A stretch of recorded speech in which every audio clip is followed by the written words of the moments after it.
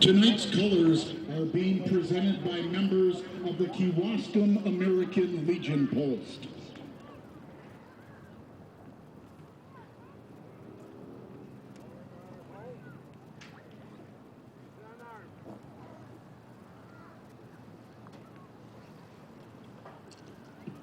Tonight's performance by the Kewaskum High School Marching Band under the direction of Mr. Josh Micklig.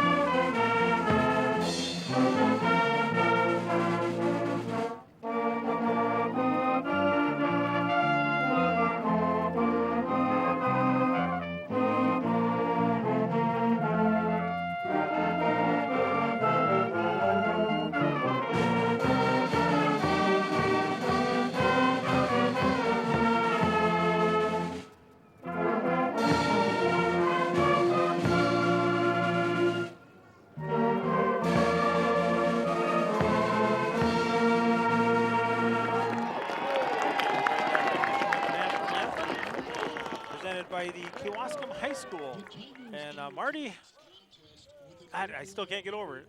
This is our last game for the season, regardless of what happens with the Tigers, but it's just flown by so quickly. Yeah, well, you got a team that loses its first 2 non-conference games, goes on to lose 3 conference games. So they start the season 0-5, and then to turn it around, make a run with 3 straight, and now with a chance to go 4-3 in conference tonight if they can spoil the Indians' home game, last home regular season game, is quite a story. And if you're a Tiger fan, you're very proud of these guys. And there's about a dozen seniors on this team that can take a lot of pride in that, because there's an old saying that particularly in football, you win with seniors, and I can't think of a better example than the dirty dozen seniors that are on this Tiger squad led by head coach Mark Bradley. It's a good group of young men, and they've worked very hard this season, adapting the new offense, new defense, and it was good to see them start to click. And 3-game winning streak, that's nothing to sneeze at. We'll introduce those seniors throughout the game, being the last game, and it is senior night here at Kewaskum also for the Indians. Beautiful facility here. They put it in 2 years ago. Last time we were here, the track wasn't ready, but I don't know if you can see the structure behind the visitors' bleachers with the reflection of the lights. That's Regal wear, and people that are older generations are familiar with Regal wear, and that's one of their office buildings right there here in the city of Kewaskum. Kewaskum, by the way, the city is named after Chief Kewaskum, and it's not fictitious. There was a Chief Kewaskum. And so last week it was the Indians versus the Indians at Berlin, and what a game that was. Really turned around and did not expect it to go the way it did. Kewaskum scores a 4th quarter touch. I'm listening to the game after our game. Kewaskum scores a 4th quarter touchdown, ties the game. Berlin has a chance. That very good kicker that was very effective against the Tigers earlier in the season had a shot at a 34-yard field goal, and it had plenty of distance. But if you remember how windy it was last week, that had a lot to do with the lack of success of that kick, and went into overtime. And then head coach Joe Stelmacher made a decision to go for 2 at one point, and the defense got stubborn for the visitors, and Kewaskum prevailed with that 36-35 win. So how exciting of a game that had to be. Definitely a shocker. Like I say, when I got home and put on Channel 2 News and saw that score, I sent you a text right away because I wasn't sure if you were aware of that. Wow, that was a shocker. I said in pregame, I mean, come on, this Kewaskum team gets beat by Plymouth, 66-0. But they're capable of beating a very sound Berlin team. And they lose to Winneconne 26-24. So, like I said, which Kewaskum team shows up tonight? So, we'll find out really quick what Ripon team got off the bus tonight. We'll be able to tell right away with the intensity of the game. Well, they definitely got to come off that bus hungry because you got to want it, or you're putting everything away for the year. I mean, as a senior, if you're a senior, you're putting your equipment away for the rest of your life, most of the guys. So I can't imagine what motivation. It's one thing to be playing for the right to get into the playoffs, and it's another thing to say, you know what, this might be the last organized tackle football game I ever play in my life. And if you don't go in with that mentality, you shouldn't be out on the field. So the Tigers are going to kick off, so we'll get to see that defense right away. Well, and Grant is kicking into a considerable breeze, too. So remember that tonight. We like to talk about field position being important.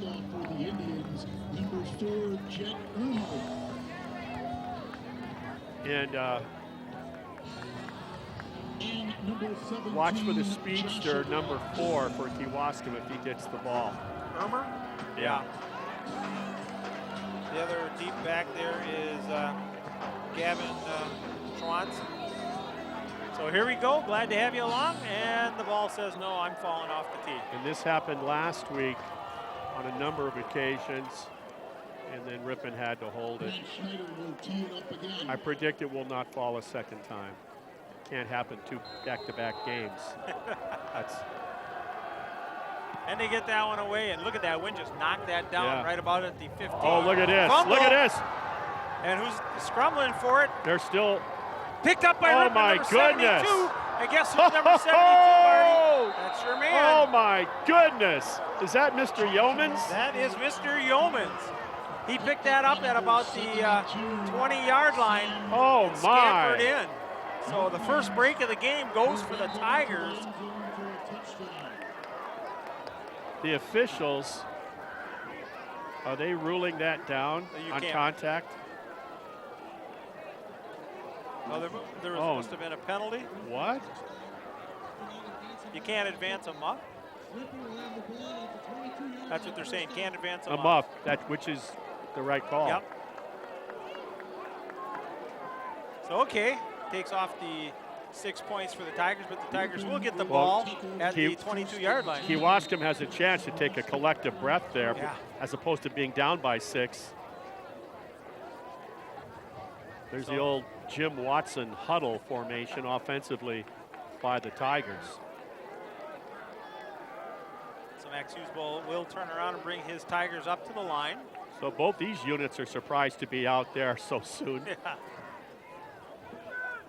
Here's the pitch out. And there's the hold. There's going to be the hold by number 52 for the Tigers. That was pretty obvious. Yeah. I don't know why I don't know what you're saying.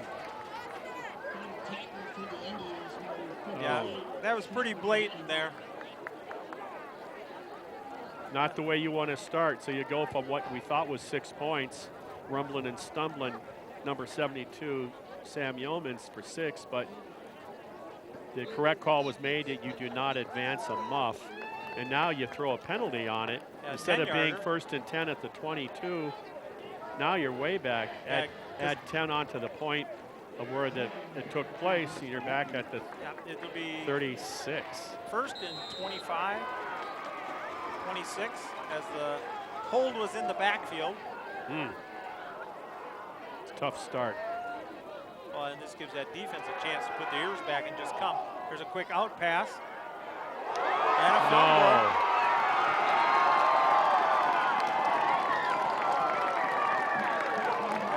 Wow. The ref had it out there and lost his hand. And 2 quick turnovers.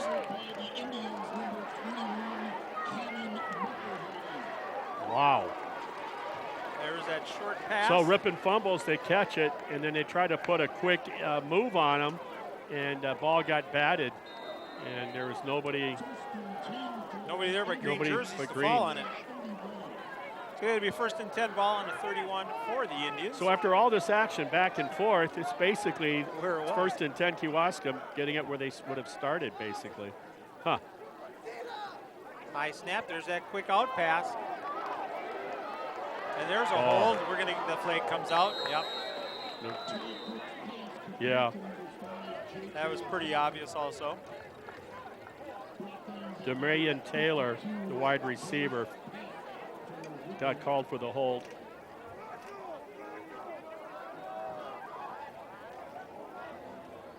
Yeah, when you do those things in the open field, I mean, you're naked out there, yep. and you're on an island, and everybody can see it.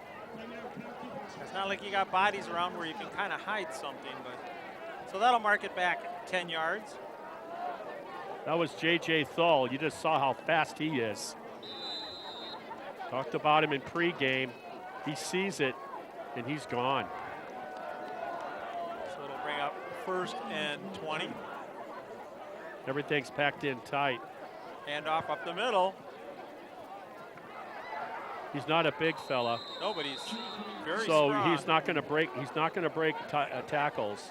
But the 5'9", 150-pounder is definitely going to be gone if he gets a seam. That time, Ripon defense doing a good job of reeling him in. And that's all he was looking for, was just that seam. But he picked up about 3 yards on that. Ethan Graff led the way on that tackle for the Tigers.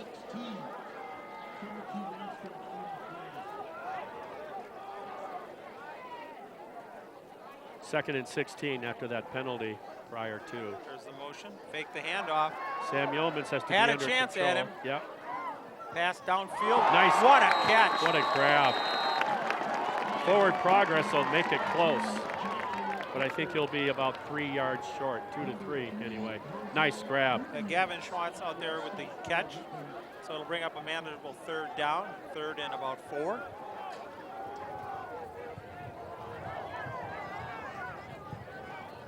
Matt Bushell was that pass. He's a senior. That was Threw really it nice. dark. Yeah, under pressure. So here, Tiger defense looking to set things up. There's the handoff. Still going and not going anywhere. Gain up about a yard.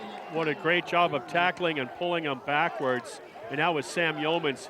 He closed down from his outside edge and got him from behind and pulled back to take away any momentum. Grant Schneider also in there on that tackle. What? No huddle, Quick 4th kick, down. Trying to catch Ripon asleep. Munoz calls the fair catch. It'll be right around the 25. Yeah, it will. Right on it. So the Tigers will get their second possession here, even though the first was a very short one. I like Kewaskum going no huddle on 4th and 3 or whatever, and right away going right up and making Ripon have to react to them immediately. Calm under fire, though. Good job by Munoz, number 3, who's had really a sensational season in conference. He has done everything offensively and defensively. Particularly offensively. He's had a whale of a season. Big numbers. There's the counter. Munoz gets through past the linebackers. He's up over the 35 and good enough for a first, and that's a great way to start your offense after the defense doing their job. He'll get up to the 38-yard line for the first down, as Marty said. What a great cut right off the gluteus maximus of his teammate, cut it up up inside, and then really did a great job of keeping those legs churning for the first.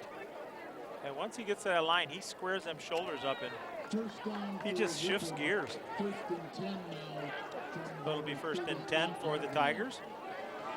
Carter Hahn single coverage down here in front of the Kewaskum bench. Munoz in motion. Quick handoff up the middle.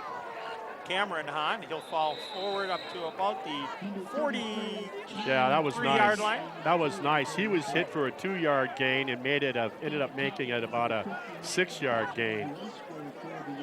That little sophomore isn't so little, and he just real physical run there. And that's what you want to have in terms of balance. Coach Mark Bradley talked about that in the local paper. Quick handoff to Munoz. He's cutting back up. Gets across the 45 up to about the 47 yard, 46. Both arms securely wrapped around that pigskin. Good job. On a cool evening, the ball will tend to get slick. The leather, it kind of shrinks. It gets tight. It gets shiny. And it gets a little tougher. Plus, your hands tend to be as equally, as not less pliable. And that's a bad recipe for fumbles. And we've already seen 2 of those. So it'll bring up 3rd and 2. Keeper there by Max. Got a lot of room on the outside. He's across the 45, down close to the 40. Knock him out of bounds. They're going to mark him down at about the 42-yard line. Tigers now into Kewaskum territory. Have to keep an eye on Max out there as he was. Nice drive going. Nice drive. Coach Wickstrom doing a nice job of mixing the plays up here early on. Keeping it underground for the most part. 7 minutes to go here in the first quarter. We're scoreless down in Kewaskum. There's that counter, and unable to fool him twice. Oh, man. The quarterback, Max Hughesbo, grabbed his own teammate, Munoz, by the waist and tried to fling him forward. Awesome. So they're going to lose about 3 yards on that one. I've never seen that done by a quarterback anyway, with a teammate of a running back, trying to secure him and then launch him forward. That's that old Ice Follies pinwheel move. Take that outer girl and throw him through. So here we go, 2nd and 12. Back to pass. Gets outside, going deep. Scott, too wide. Yep. Yeah, that wind just pushed it outside. Big 3rd down coming up here. Oh, I would say they're in 4-down territory. I don't know. That's midfield. We'll find out. Hopefully we won't find out. Well, you're going into that wind, so makes it a little more difficult. I think based on what the defense did last time, unless they're close, if they don't get the first, but they're 2 yards or less. Try to punch it in the corner. Yep. Well, we'll see what Coach Wickstrom dials up here. That's a keeper coming the opposite way for Max. Good stiff arm there, still going, and gets down to about the 36-yard line. Hey, those jerseys cost money. Go easy. Good job at tackling. Now with this turf, of course, you never see grass stains or dirt. And this turf is really soft compared to Ingles. Yeah, we do have a flag on the play. We'll see what the flag is all about. Flag is at the 42. Be a hold somewhere, I would assume. I'm not even going to assume. Offense. 10-yard penalty from the foul. Now, do they take the penalty? Yeah, they're going to take the penalty. Playing the yardage game here. They want that field possession. Okay, try to get 10 here if you're Ripon, if you can get 10.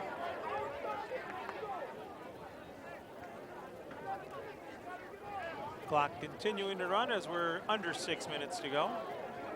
You know, remember, if they don't get the first here, and it's likely that they will not, given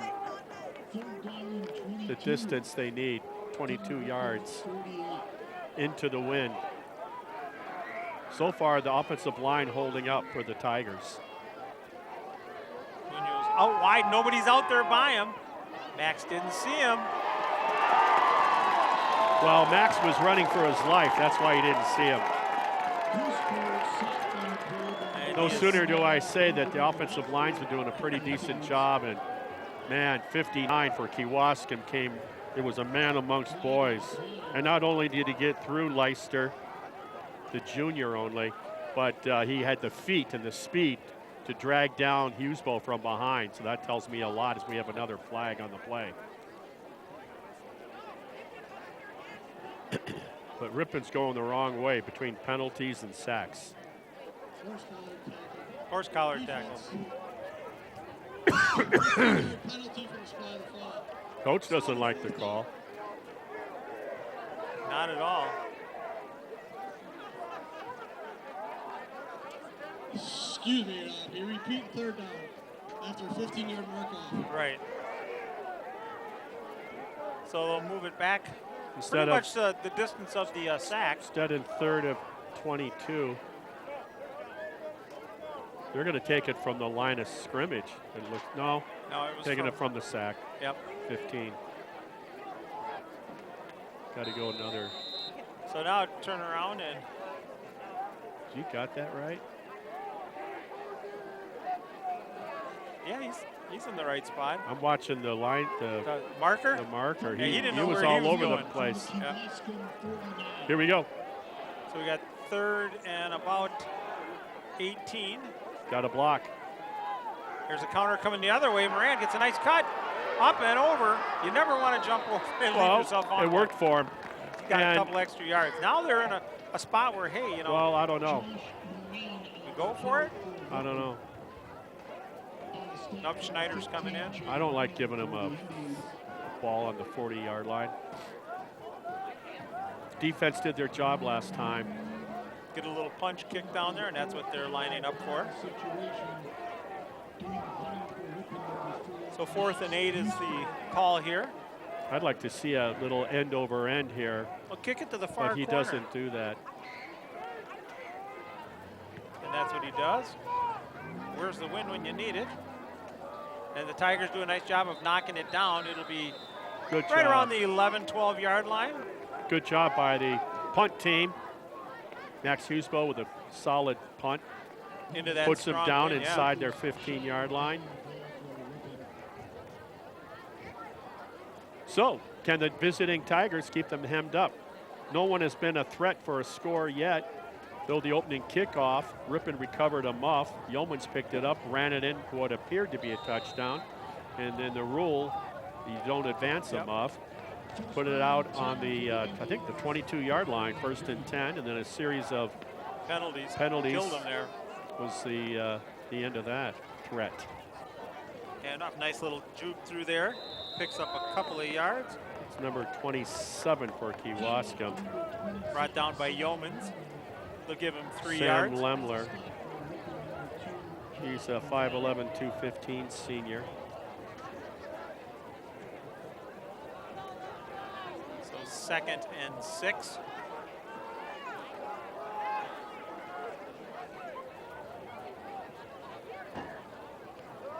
Back to pass. Play Looking action. out, throws Good it up pressure. there. And caught by number 10 going down the sideline. Got one guy to beat. And Hahn slows him down. The defensive cover man fell for the Tigers. And then from there, it was just number 40 for Kewaskum, Dricken. And Dricken is the tight end. He's not that big, playing the tight end position. But I talked to a guy over by the concessions before the game. He says he's not big, but he's a heck of a receiver. And he showed that right there. So ball will be on the 29 of the Tigers, 1st down. And off up the middle, big hole. And a shoestring tackle there. That's 27 again. The 215-pound senior that just had the ball 2 plays ago for a 4-yard run was much bigger that time. Off tackle on the right side. Munoz saved a touchdown there with a shoestring tackle. And another 1st down for the Indians. Just pounding it up the middle. Oh, boy. Why not? Same play. Until they can stop it, keep going Same at result. Ripon on their heels right now defensively. So it'll be an 8-yard pickup there. Bring up 2nd and 2 as Yeoman gets credit for the tackle. You really want to get your pad level lower if you're Ripon. You got to get lower here. Whether you're blitzing or not blitzing.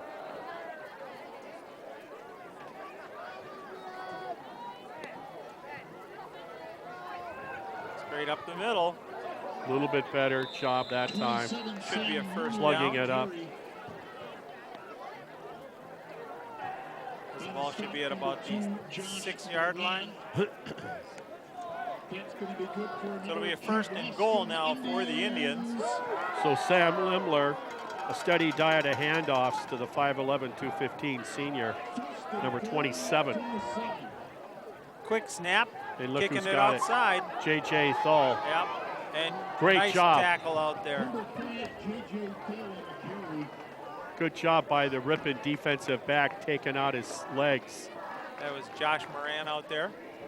I couldn't get the number. Good job by the senior, Moran. Great job. He doesn't make that play, it's 6 points. So they'll credit him with a yard carry there, 2nd and goal. 2nd and goal from the 5. Tight formation.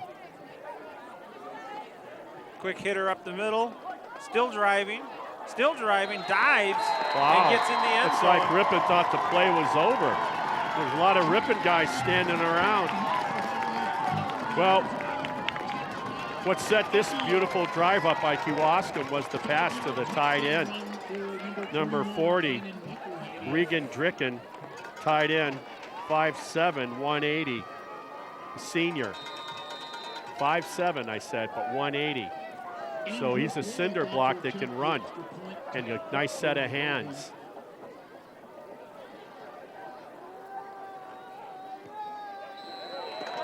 And the extra point is good.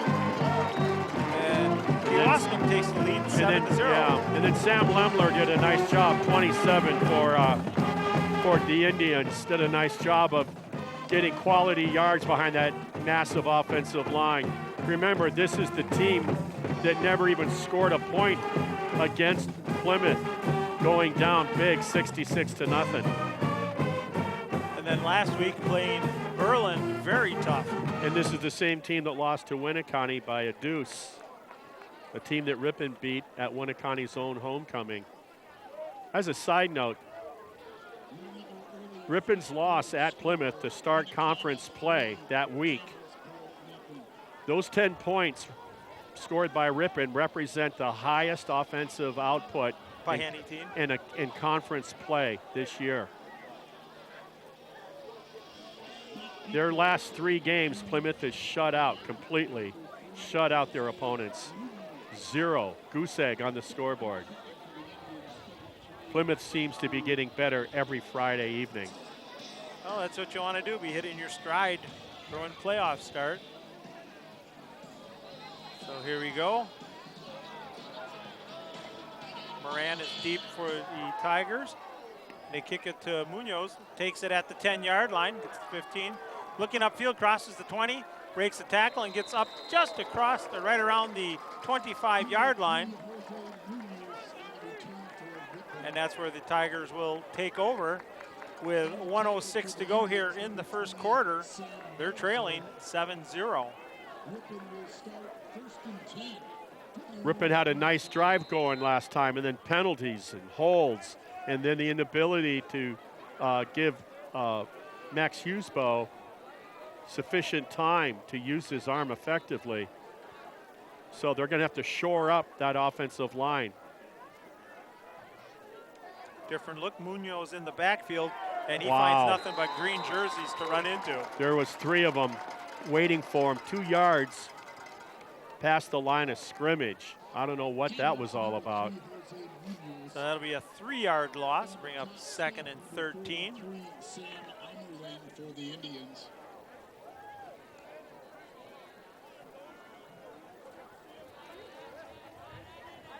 Wind starting to pick up a little bit more here in Kewaskum. 2nd and 13 from the 22.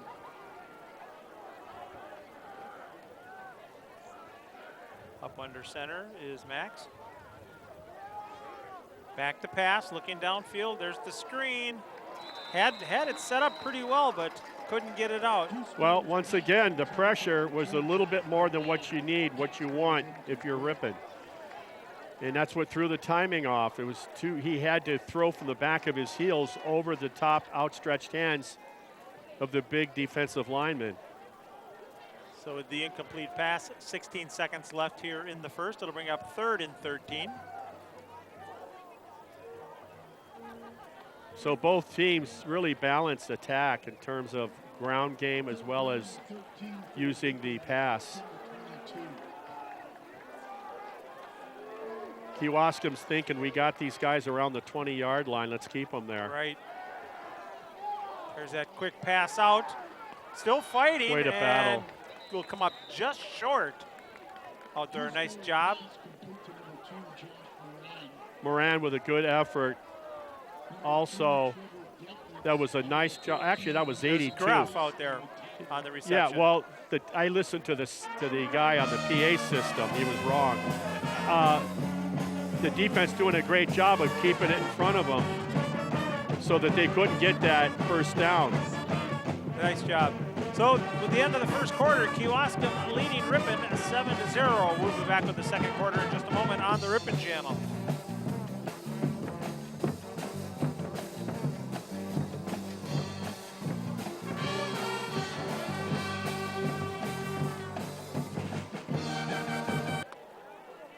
Welcome back as we are ready to start the second quarter.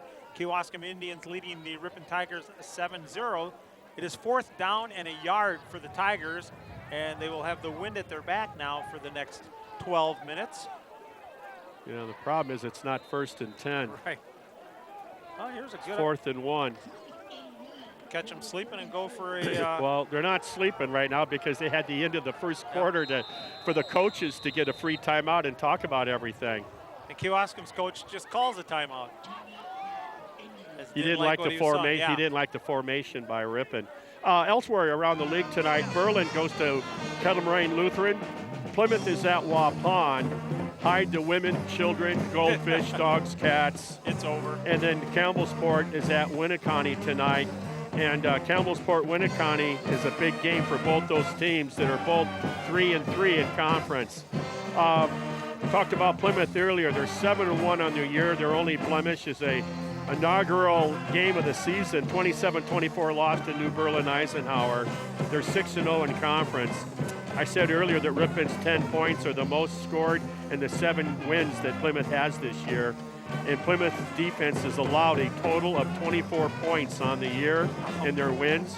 And they have pitched, I was wrong, they have pitched 4 consecutive scoreless shutouts. Berlin is 6-2 on the year following that overtime loss last week to these Indians, and 4-2 in conference play. Okay, the Tigers here, they're lining up. They're going to go for it on 4th and 1, looking to draw them off. No. Max will keep it.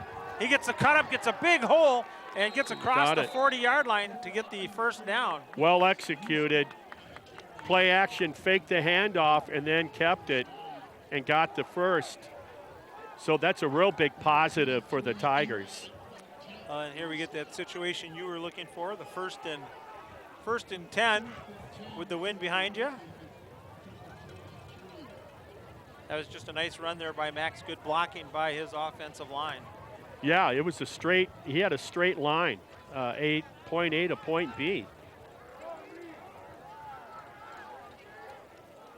Cameron Hahn in the backfield for the Tigers. Keeping it again, got it cut up, and he's going to lose 2 yards. Yeah, the thing that Max does not have is quickness, agility. Max is fast once he gets that long inseam going of his legs. He's fast, but he's not quick. And when you try to make a cutback like a running back, you saw what happened. Everything changes, so it brings up 2nd and 12.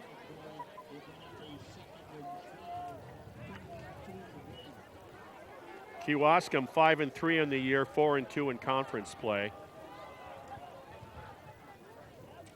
6-man front. Looking, quick pass out, and unable to come up with that was Carter Hahn.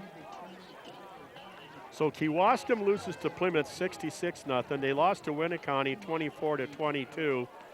And their only other loss was to Andrew, Illinois, in Tinley Park, Illinois.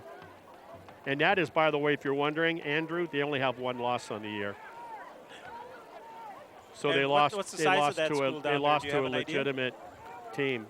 Are they a big school down there? Everything's a big school down there until you get about to the middle of the state, it seems. Right. Well south of Chicago. So here's the counter, and they get on that really quick as Moran will pick up about 5 yards, and it'll bring up 4th and 6. So here's you want to talk about the tale of 2 tapes. You got Ripon that's turned things around after starting the season 0-5. Now they're on a 3-0 win streak, threatening for a playoff berth. You got Winneconne, who started the season 5-0 and was ranked, and then they've lost 3 consecutive games in conference. They did beat Kewaskum, though, so that is a feather in their cap. Quick kick and Oh, really boy. a good kick, as that's going to go out No. close to the 35-yard line. Yeah. Oh, that's yeah. a generous mark. Yeah. I thought it was Well, farther back it's than off that. by a couple yards. It's always a judgment call. And he's still walking. I've never liked this whole idea of punting a ball out of bounds. How come a kickoff is a penalty, but a punt going out of bounds is not? You want to speed the game up, keep the punt in play. Mm-hmm. That's my opinion. Very good point.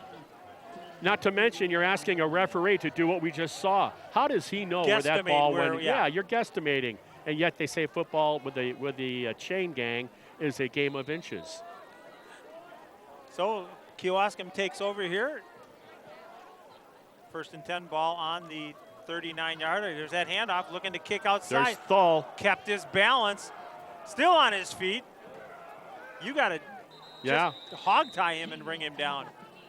He was stumbling and fumbling. It's like he caught his cleat initially and never quite recovered his balance. So it'll be a 2-yard loss. Bring up 2nd and 12. So Campbellsport is at Winneconne tonight. They're both 3-3, like Ripon is in conference, looking to go 4-3. Someone's going to be going to the playoffs tonight. Someone's going home up in that Winneconne game with Campbellsport, and I think it'll be a close game actually. Well, we both said last week we thought that would be one of the better games tonight. Wolves are trying to right the ship and stop the bleeding. Quick pass out. Oh, looking for the double pass. Wide open. Way overthrew him. And overthrew him. Nice spiral, though. He got behind Carter Hahn. Yeah, he bit. That's Joshua Betcher, the wide receiver, throwing the 6'4", 175-pound senior, throwing a nice tight spiral into the wind. And he overthrew him by about a stride and a half. Yeah, he connects on that. It's a waltz into the end zone. So it brings up 3rd and 12 for the Indians. 5-man front, showing run blitz. There's the quick outlet pass. Got to wrap him up. Nice job by Carter Hahn. That's like, that coverage, remember, don't wait for the guy to catch it and then make a tackle. Get up in him. I think you got to be more aggressive defensively. But then again, I don't know if the defensive coaches are telling them to do that either. So we're going to have 4th down here. Watch for the fake. They got a lead. The ball's at midfield. I would think they would punt. And they do. Nice punt. Gets out there, gets a Oh, good roll. boy. Yeah, what looked like really a below average punt. Gets is all a the way down to quality the punt. 18-yard line. So a very nice punt for the Indians. 8:13 to go here in the first half. Kewaskum leading 7-0. Kettle Moraine Lutheran tonight, like I said earlier, they have 1 win on the year, and everybody has at least 1 win when they play Waupun. And Berlin is at Kettle Moraine Lutheran. So don't look for KML with Berlin coming off a loss to improve. So they're 1-7 on the year. Waupun, of course, is winless. And facing Plymouth tonight, they will remain that way, I would say. So here we go, 1st and 10. Ball is on the 18-yard line. Back to pass. There's the screen. Set up nice. Got a couple of blockers out in front of him. Gets across the 25. Yeah, 23 knocked the Ripon receiver out with a nice stick. Eli Bartelt. It was Josh Moran on the receiving end of that pass. 5'10", 165 senior, but he hits bigger than 165, Bartelt. So a pickup of 8 brings up 2nd and 2 for the Tigers. Good quality run on 1st and 10 by the Tigers. They need to get something going here. 7:40 remaining in the first half. They trail 7-0. Their second possession, offensive possession in tonight's game, they moved the ball and then they stalled out with mistakes. They need to put together a nice, either a couple big plays or a nice drive of their own and tie this game up. And they reset the clock. to 7:45 left as they kept it running even though he went out of bounds.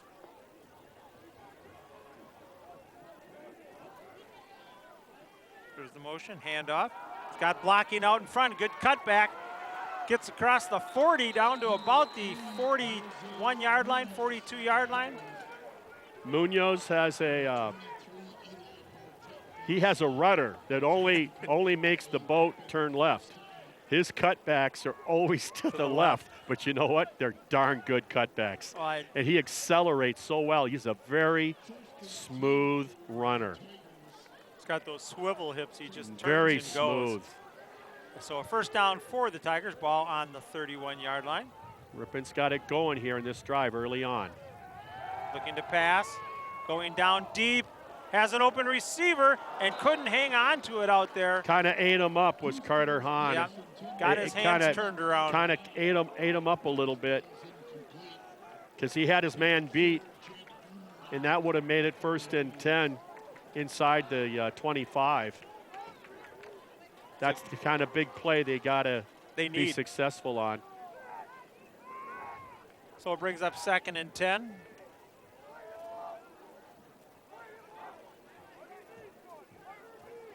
Second down and 10 from the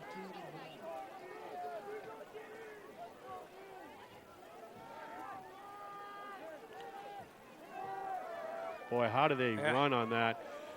That is tough. Howard, I want you to watch how many green jerseys there are up on the line of scrimmage rather frequently. They got at least 8 at times up on that line. I was just going to say, wouldn't it be easier to count how many were in the defensive backfield? Because they are stacking it in there. So it brings up 3rd and 8. Yeah, that play just had no chance at all. 3rd and 8 from the 43. Clock continues to run. We're at 6.5 to go here in the first half. Kewaskum leading 7-0. More traditional 5-man front. There's the counter. Can he get a block out there? He's got the corner. He's got the first down. And he'll go out of bounds just short of the 40. They're going to mark him at about the 42-yard line. So a nice run there by Josh Moran. And great acceleration. Great acceleration on that. He looked really more like Munoz on that, the way he accelerated. Nice job by Moran.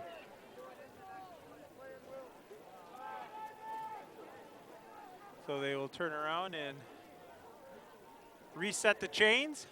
There's 6:18 remaining. 7-0 Kewaskum in the first half.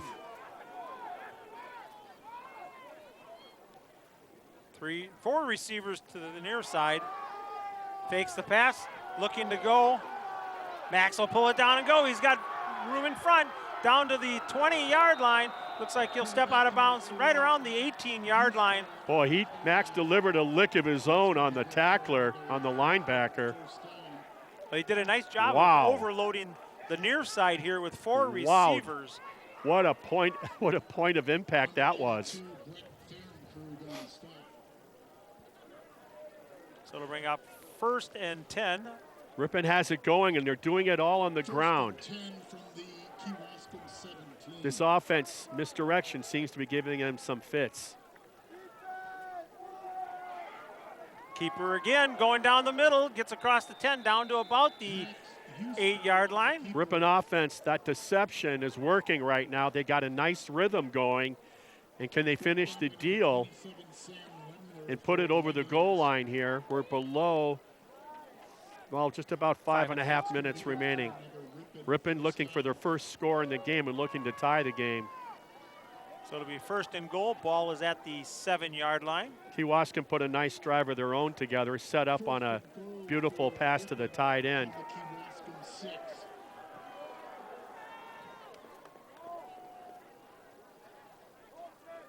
There's the handoff. Munoz gets it. Looking to go outside. Nothing there. Cuts back inside. He'll pick up about 2 yards. Good conversions by the defense. If you can do that to Munoz when he's out in space and hold him to a couple of yards, that's excellent pursuit.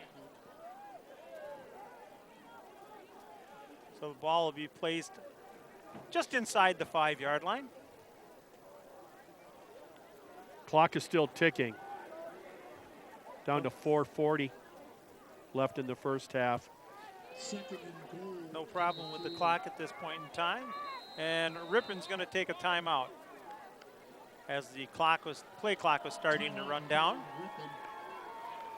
And you're this close, you might as well make sure you get it right. So with 4:31 to go here in the first half, Ripon threatening, Kewaskum leading 7-0.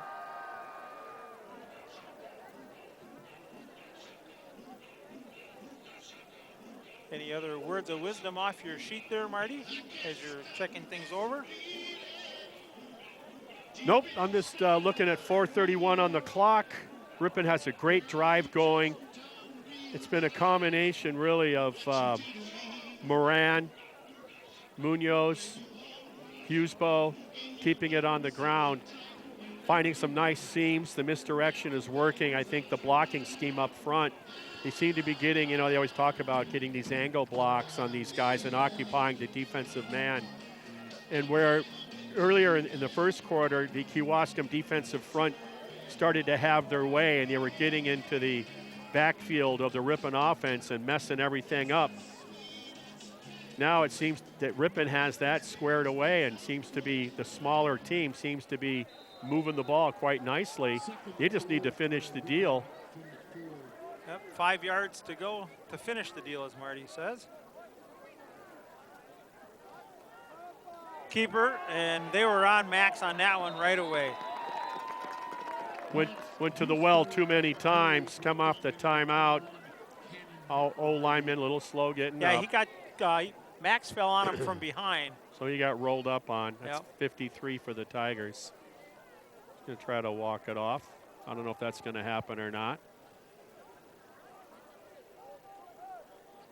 Kind of wish it would have handed it off to Munoz. Yeah, he had a pretty good opening there. Tigers will take another timeout.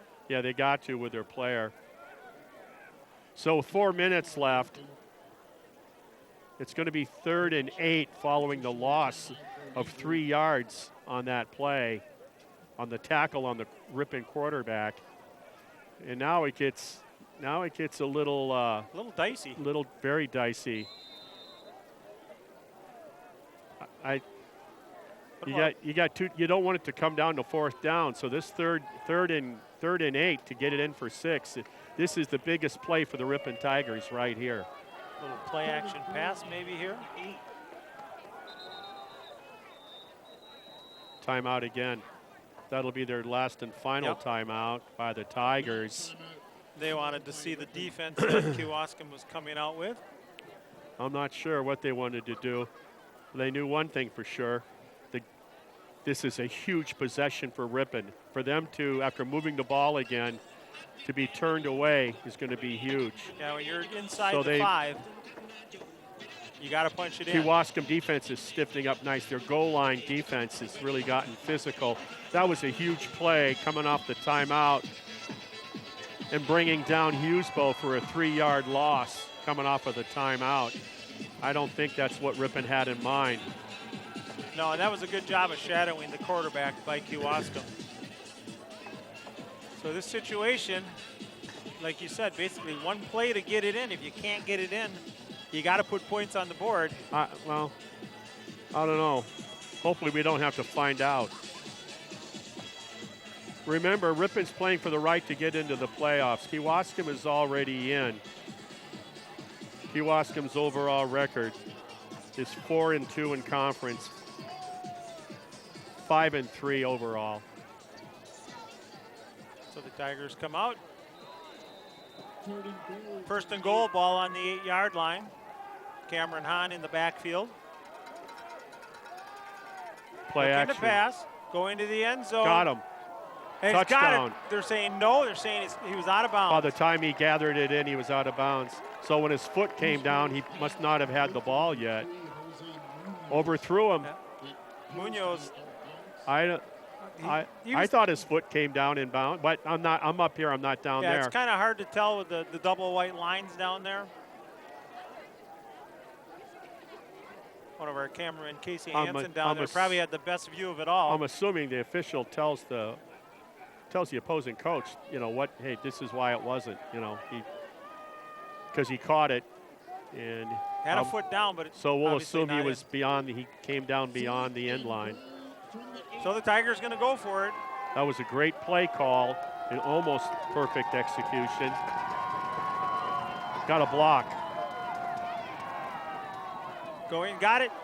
Touchdown. And inside for the touchdown. Nice job of reaching the ball across by Josh Moran on the pass from Max Hughesbo. Great job. 8-yard touchdown. And I don't know if Max Hughesbo comes with a rear view mirror, but he had a big green machine breathing down his neck from behind. And he threw a dart from one senior to the other, Hughesbo to Moran, right on the pylon. In fact, they'll have to fix that pylon following the point after. 7-6 it makes it with 3:27 remaining in the first half. Wow, it looks like the kid could have laid out and blocked it, and I think discretion overcame valor. I don't know, he's thinking on a chilly night, do I really want that ball yeah. in my Adam's apple? But it's good, and we got a tie ball game. Ripon answers Kewaskum's lone score with a score of their own on a well-orchestrated drive.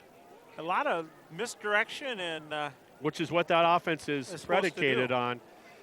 And but it's one thing to say this is the way it's supposed to work when you're in practice on a Wednesday, and it's another thing under the lights on a Friday evening against a quality opponent in their house.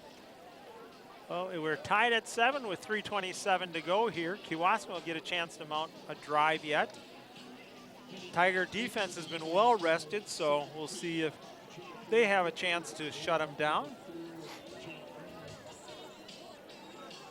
We're broadcasting this atop the press box on the 50-yard line at this wonderful athletic facility in Kewaskum. And it's not just what you see in front of you. They've put in a really nice softball and baseball field just around the corner. Uh-oh, it's headed out of bounds. Going out of bounds. My goodness. So it'll give them great field position. Ah, man, oh man, you're kicking with the wind. Yeah, just put it straight down the middle. Here we go. I guess I'm a proponent of a lot of squib kicks.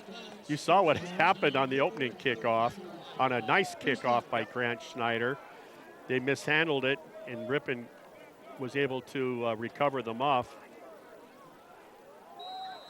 So tight, real tight formation. This looks like a Berlin offense. Straight handoff up the middle, big hole, gets across the 40-yard line, picks up 7 yards. That looked just like Berlin. Too tight, single back, let's go, mano to mano. We're going to soften up the underbelly of that Ripon Tiger defense, I think, with that play. Boy, he had a head of steam, too. Nice snowplow blocking up inside the tackles.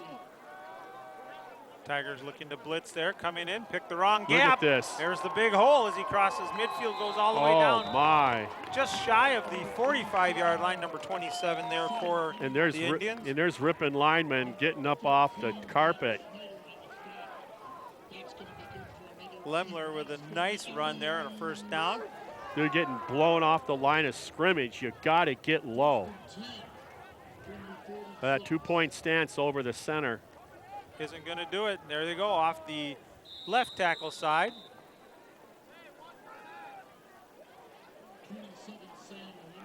Yeah, the problem is that you look at that two-point stance, I watched that, and you're just getting stood up. You're not getting off the block. If you don't get off the block, then the offensive lineman has won that play. So it'll bring up 2nd and 7. And a false start there by Kewaskum.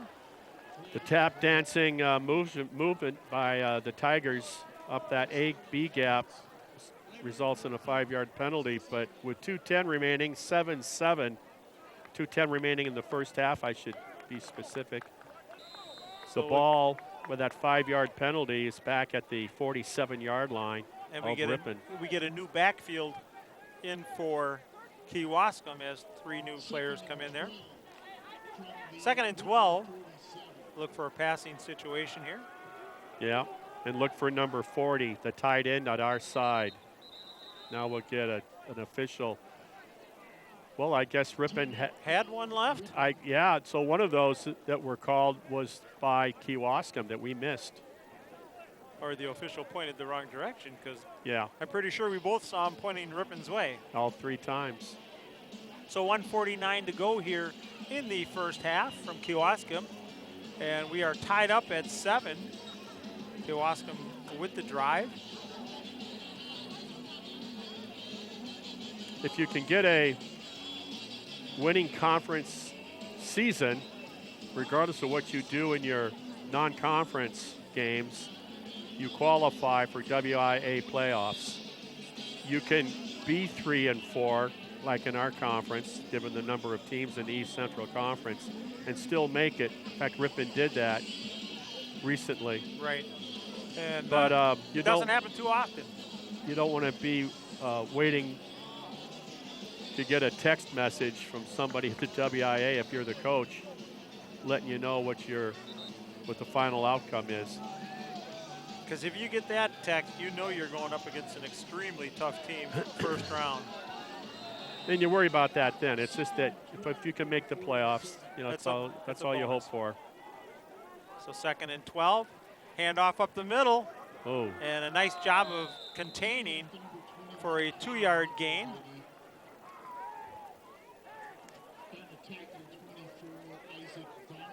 So, and Bryce Peth will come limping off as he's had an ankle problem from last week's game. Jose Rubio had a chance to get him even for about a 2-yard loss, and he slipped out of his paws. Number 43. He was right there to make that play, but those guys are pretty slippery, especially on a night like tonight. Everything's slick on a cool evening. Beautiful sunset here tonight in Kewaskum. Means it's going to be a nice day tomorrow? I don't know, actually. I'm not going to be here. Heading south? Yep, 3 a.m. Dropping back to pass, wide open over Tipped. there. Nice job on the tip. Screwed the whole thing up. That was a screen pass off the left side. And it Good was pressure. caught out there by number 5. In the tip by whichever saying incomplete. defensive lineman, don't know who did it. So it'll bring up 4th down and 10 for Kewaskum. 1:02 to go here. High snap. Great job by the Ripon defense, I might add. Nice punt. It'll roll, keep rolling, and it'll stop somewhere around the 7-yard line. Excellent punt with 51 seconds left. Now Kewaskum has timeouts, so Ripon's got to at least just take care of the ball. Yep. And you want to, if you're Ripon, you want to run the ball out, stay away from that goal line area. When you fight for those extra yards, you better have both arms around the ball. just move forward and go down and keep the You clock played too running. well. You played too well here in the second quarter for the Ripon Tigers to have something go wrong now. So finish up on a strong note and go into the locker room being satisfied that you came from behind to tie the host team, and work on some things they'll iron out, both teams do, they'll iron out in the locker room as well as warm up. There's a handoff coming around, cut back up. Nice cut. Gets across the 10, out close to the It's got to be 14. Munoz, Yep. just because he cut back to the left. That's the telltale, and it was Munoz on that play. And the Tigers really don't have to even snap the ball. I think his left leg must be shorter than his right leg. Kind of leans that way. And it just goes that way when the he. angle down. But what a nice running back he is. And Moran tonight has looked very good, as has when Hughesbos put the ball under his arm and ran with it. He's been very effective as well. All three of those guys in that last drive that resulted in a touchdown for the Tigers to tie the game up 7-all. Tigers will take a knee here, and that will run it into the end of the first half, where we are tied at 7, Kewaskum and Ripon. We'll be back with the second half on the Ripon channel in just a moment.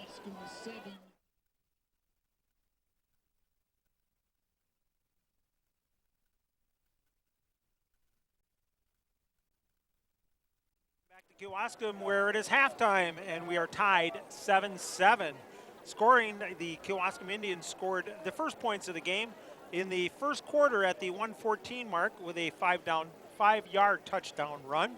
Tigers waited a little bit longer. They didn't score until the second quarter on an 8-yard pass from Hughesball to Josh Moran at the 3:27 mark, and that's where we sit score-wise. Speaking of score-wise, up in Winneconne, Winneconne's leading the Campbellsport Cougars 17-6 at half. So Marty, give us your rundown here on the your thoughts with the first half. In terms of physicality, I thought Kewaskum showed that they were maybe a little better than Ripon early on, particularly in the first quarter. And then Ripon seemed to make an adjustment where their finesse offense, misdirection, and some good seam blocking gave Ripon opportunities to move the chains and get to, and do that. So I think it's kind of almost finesse for the Tigers versus physicality for the Indians. Yeah. Well, here we go. Start of the second half. That one's taken at the 12-yard line. Munoz looking. He gets a nice little cut. Saw an opening, accelerated, but good tackle there by number 52 for the Indians. That was a nice pop, if I can hear it through my headset from up here. And that was Carson Thull, the brother of J.J. Thull, on the kiss, if you will, on Munoz. So the Tigers will take over, 1st and 10 ball on their 31-yard line. Glad to have you along down here in Kewaskum, where it is windy as always. Seems like every time we come down here, Marty, it's windy. Well, might have something to do that we're 147 feet above the ground. Beautiful viewing, though. See what the Tigers pull out of their hat here starting. There's the pitch out to Munoz. Gets a cut back. Which way did he cut back, Howard? He's leaning your way to the left. And at that time he had to cut back because the edge rusher came across the line 3 yards deep, past the line of scrimmage, forced him up inside into the pursuit of his teammates. So it's still, go ahead. Still a good gain for first down against this defense. Good 3-yard pickup there on first down. Makes 2nd and 7 a little more manageable for the Tigers. In a perfect offensive world, I love teams, whether I'm watching the Packers, the Badgers, Ripon College, Ripon High School, to get that first down on 2nd down. Makes it so much easier. Munoz in motion again. A little bit of mix-up there, back to pass. There's the screen set up. Got one guy he's got to beat, and a beautiful open field tackle. Boy, what a great play. 40. Yeah, the tight end on offense, and that's Dickens. And that was a whale of a Dickens. I should say Dricken, Regan Dricken. He was the one, of course, that set up the long pass reception that led to the only score for the Indians. And he showed right there what he's capable of doing on the other side of the line of scrimmage on defense. My first thought was, boy, cut that to the outside. And I think that time that Moran thought his finesse could get him, but no. Didn't do it. Loss of a yard on that brings up 3rd and 8. Max Look out. Pass, just gets rid of it, and that's the smart thing to do. There was nothing going there. So it'll bring up a 4th down situation and a punting situation for the Tigers. Sometimes the best pass coverage is a pass rush, and that was an example right there. So after starting the second half here, it's going to be Ripon having forced to punt back into that wind, which does seem to have dissipated somewhat. We'll be able to tell, though. Looking at the flag is not sticking out too much. But if you look across the field at the corporate flags that Regal wear, it's a different story. In the balls. Nice kick. And that time it's a live ball. That's a Ripon ball. It hit the foot of the Kewaskum player. It should be Ripon. Now we're going to get a flag. That would be a dead ball penalty. Would not affect who recovered the ball. And it is Ripon ball. See what the penalty is here. It's Ripon ball. Thing is, did the Tiger push the Indian into the ball? That might be. No. This came after. I saw what happened. It went off the foot of the Kewaskum player. But we'll see Well, what what's the the official Kewaskum? says. What's Personal foul on the defense. 15-yard penalty will be added on to the end of the spot of the foul. so it's against Kewaskum. Not only did they, those are the situations on a punt. If you're not going to field it, Get away. you get away. So if you don't know where the ball is and you're on the punt team, you're already in trouble. And that's an example of it. And then something was done after the recovery that resulted in 15 yards personal foul. And Ripon now with an opportunity. They found themselves down in the first half for most of the first half, 7-0. Tied it with 4 minutes left in the first half. Now with a chance to take it in for a lead. 1st and 10 ball on the 22-yard line. Looking downfield, going for it all. And no catch, Underthrew incomplete. Skipped it in there. How often do you see Hughesbo underthrow a guy like this first time this year? It's got to be. Carter Hahn made it look good, but the ball did skip. So it'll bring up a 2nd down and 10. Great move by Hughesbo, by the way. Totally discombobulating the pass rusher. And then he got help on a block from his teammate. I like he went straight. He went to his right, and then he circled back to the left. Yep. Great composure by the senior quarterback for Ripon. Get that moving pocket, make it easier. Keeps it himself, going around the right side. Good pursuit by the Indians, and he'll get up close to the 20-yard line. This is really big play coming up on 3rd down. Ripon fortunate, a recipient of the mistake following the punt, and Ripon recovering the fumble, needs to come away with points here. Yeah, this is very similar to the beginning of the game. Beginning of the game, exactly, with the muffed. Yeah, and in fact, it was 1st and 10 on the 22 for Ripon, and they came away with nothing. They went backwards with primarily mistakes. There's the counter. Is there a hole? Not much. The second dive down there will get it down close to the 16-yard line. What a great job by the left outside linebacker. He got in the hip pocket on the reverse like he was expecting to play and was involved. Got a flag down. Yeah, I know. Okay. But he got involved on the tackle from behind. I don't think I've seen that before on that double reverse. We'll wait and see what the yellow linen's all about. Holding against the Tigers. 10-yard penalty for the spoil foul. Replay 3rd down. So moves them back. This will call for a passing situation, being 3rd down and double digits needed for the first. They need to go all the way inside the 14-yard line to secure a 1st and goal. So it'll be or a 1st down at 3rd and 14 yards for the 1st down. As Marty said, they need to get down just inside the 14, almost to the 13. Back to pass, there's the screen. It's got blockers out front. It's got wheels down the sideline, tiptoeing in, and he's in for the touchdown. Oh! Was that beautifully executed by Hughesbo, looking to his left, under pressure, pivots, hits his target, and what a foot race down, like you said, had the blockers downfield. And you see that, and you always go, no flags on the ground.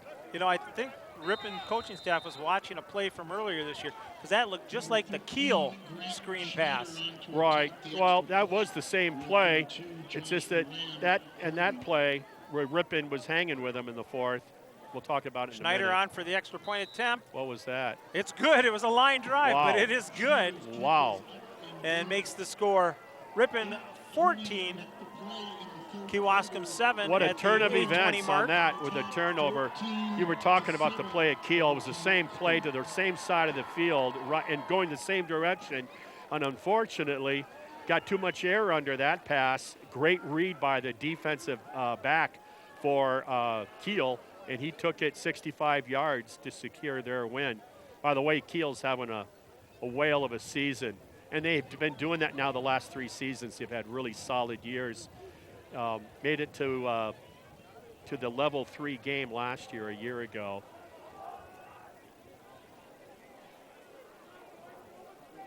So Tigers take the lead here. So a silly mistake by Kewaskum player that was basically standing around going, where's the ball, where's the ball, kind of one of those plays.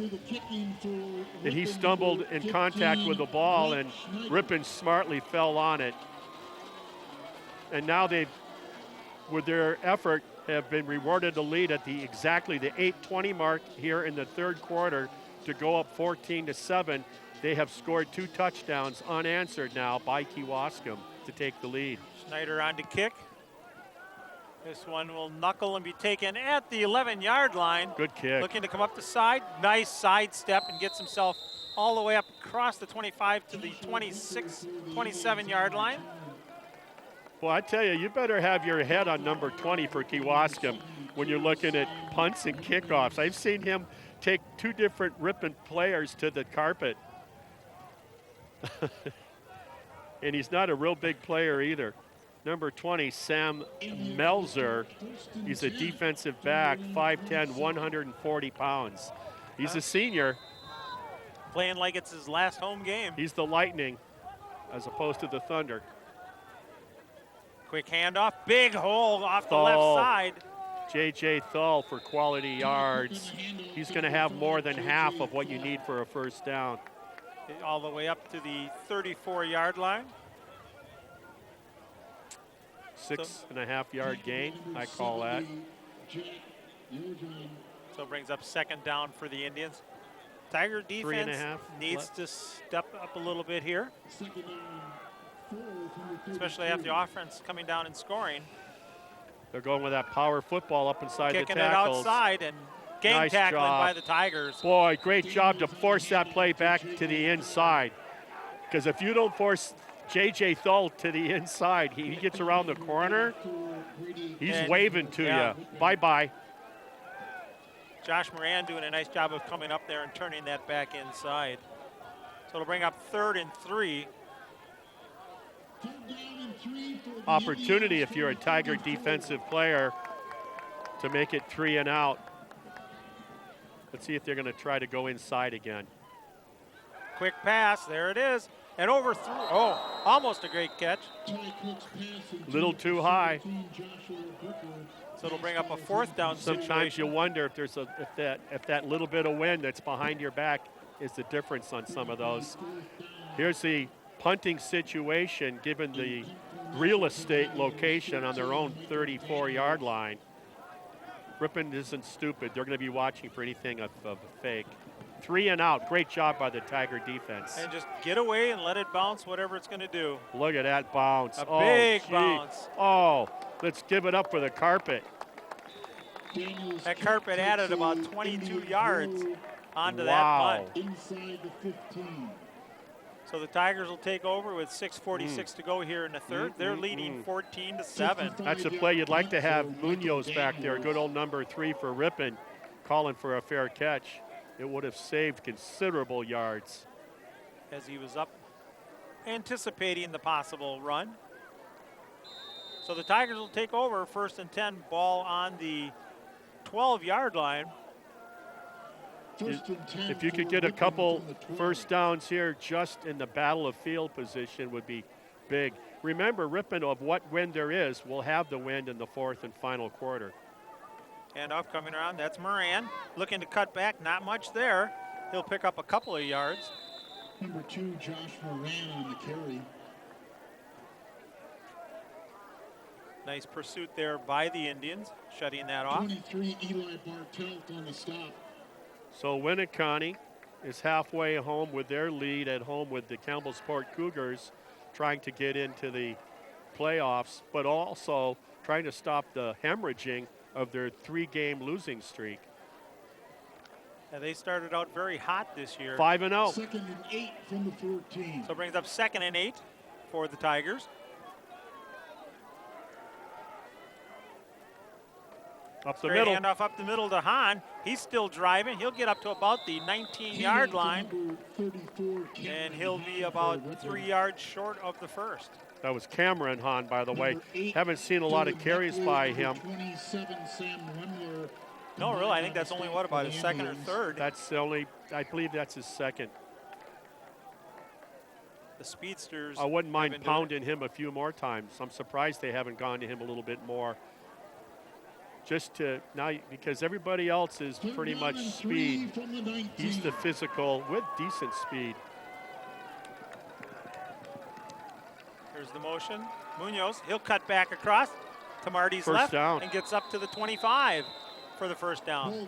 Boy, that, I can't tell you what a big first down that is by Ripon to get out of that hole. I would say to get out of the shadows of their own end zone, but it's nighttime. The same thing, yeah. Yeah, not much of shadows. But it is, that's big. Well, it gives them a little bit of breathing room. Clock is ticking. We're below 5 minutes remaining in the third. Ripon up 14-7. Remember what's at stake here for the Tigers. So not just a 4-game win streak, but a 4-3 winning record in conference, which would put them into the playoffs. But we're way ahead of ourselves with that. A lot of football to be played. Keeper going around big, a lot of room Good out block, there. And but caught from behind. A great job of coming from behind there by number 15. Cameron Hahn with a great edge block, and I thought, boy, this is going to go, but no, they dragged down Hughesbow from behind, and I don't think he's used to being caught from behind like that. He looks a little worn. That's a good way to put it. Because he's been doing a lot of running here in this ball game. Maybe on a cool night, you don't mind jogging over to the head coach or to the offensive coordinator Keep things going so a little bit, exactly. Keep things a little juiced, a little warm. There's that double handoff. Yeah, and that'll gain maybe a yard on that. Now, Ripon's going to have to come up with another little wrinkle in their offense, I think. They seem to be showing a penchant to closing the door and understanding with halftime adjustments defensively anyway what Ripon is doing. So the clock continues to run, under 3.5 to go here in the third. Bring up 3rd and 9. A lot of time being taken here by the Tigers. This is a very fast third quarter, and that's good because they'll have the fourth quarter to have the wind to their back. And we've got to be quick. We're getting the count by the back judge. They just get it off. Looking outside. Hahn unable to hang on to that one. Boy. Right in the hands. He's had a few drops. And understand, this is a young man with a huge catch in the back of the end zone against Winneconne. Yeah. So it'll bring up 4th and 9. Well, we know what we're going to do here. You just got to block, and you have to execute with your punt coverage. Well, the Indians will get excellent field position. That's why it was so important to at least get that first down.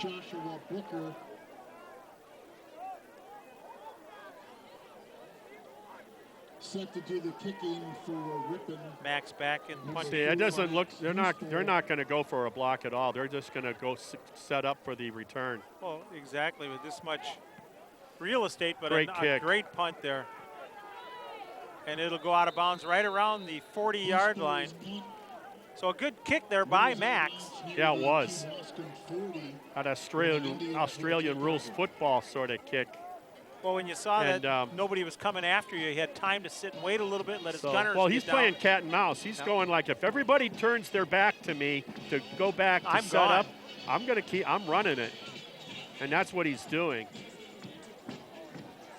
So the Tiger defense out on the field has played fairly well this ball game. They've played really well to hold this team to 7 points, and we're just less than 3 minutes away from the fourth and final quarter, and they've held Kewaskum to 7 points. This is a team that scored 36 a week ago last night. Quick handoff off the outside. Look at that speed. Look at that speed. Got to get him outside. Oh, he does an excellent job of tiptoeing down the line there. You know, Munoz, I'll tell you, Munoz had to stay there and make sure that he that he didn't cut up on him. And that's what J.J. Thull is capable of doing. Just like that, it's a first down. He's the fastest athlete on the field tonight. So the ball is on the 43-yard line of the Tigers. Back to pass, looking downfield. Good blocking. Looking down, going deep, wide open, and the catch down at the 17-yard line.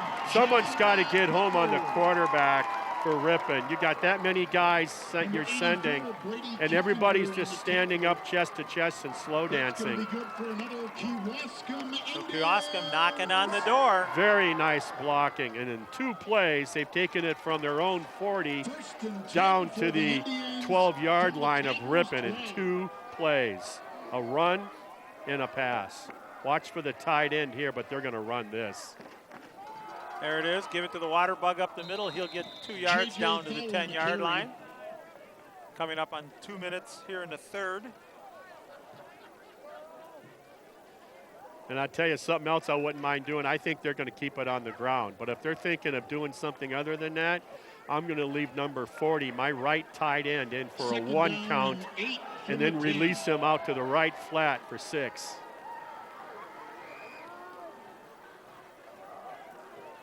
Handoff going to the left side, getting down inside the 5-yard line. Well, when you're getting those big chunks of yards like that, there's no reason to do anything different. All you got to do is watch the film of the Seattle Seahawks in the Super Bowl at the end of the game when they decided to pass the ball instead of running it in and win the Super Bowl. Yeah, that's all you got to do is watch that. When you get too cute for yourself, you're dominating it up front right now. You have a Ripon defense that's very much on their heels. And so why not? 3rd down and 2 from the 4. They can get a first down at the 3-yard line. They just need 2 yards here. There's a movement. There's 5-yard penalty there on number, is that 11? That should be 21. It's 21. 21. It's just a little lean. It's the font on the letter. It was a flinch. Cannon Muckerhide. He's the fullback, 5'9". Hey, you're 5'9", but 195-pound junior. That's a solid young man. So it'll move it back 5, make it 3rd and 7.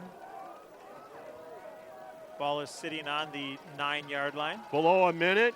It's 14-7, Ripon on top. Kewaskum looking to tie the game and send this 4th quarter in dead even. There's the pitch, looking to go wide. Speed. And a nice forearm there. What a stiff arm that was. It's going to be close. What a stiff arm on Moran. Moran looking for an official to say, hey, he grabbed my face mask.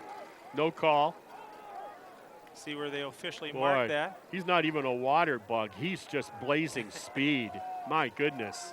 So it'll bring up 4th and a yard for the Indians. A good solid run to the left there. And the quarter will come to an end with the Tigers leading 14-7 over the Kewaskum Indians. But Kewaskum knocking on the door. We'll be back with the 4th quarter in just a moment on the Ripon Channel.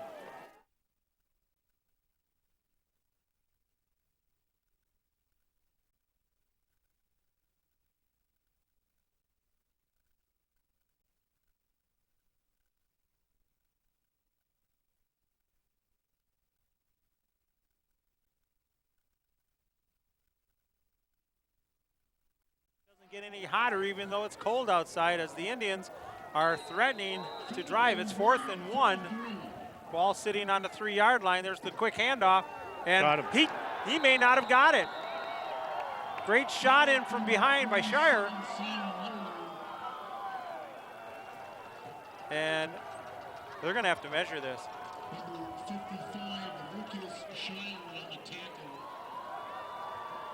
Haven't seen enough. Now we finally get the official call. Ripon does stop him. He's a half yard, at least a half yard short. I'll give Shire credit because he shot in and he came. Well, yeah, he came from the outside actually. He closed down on the edge and he lassoed him like a cowboy on a calf at a rodeo. Yeah, right around the leg. Then he just kind of rolled him up on the legs.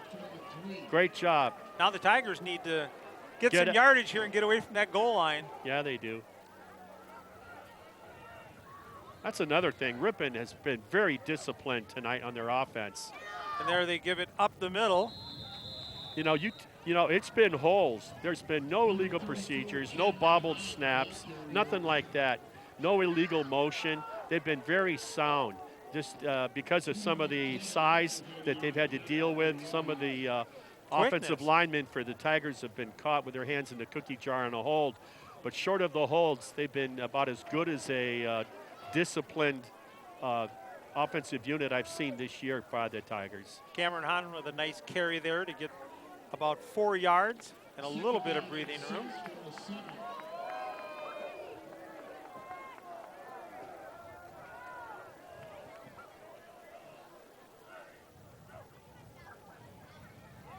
Moran around the left side will be stopped short of the 10-yard line. Bring up third and about what, 5, you figure?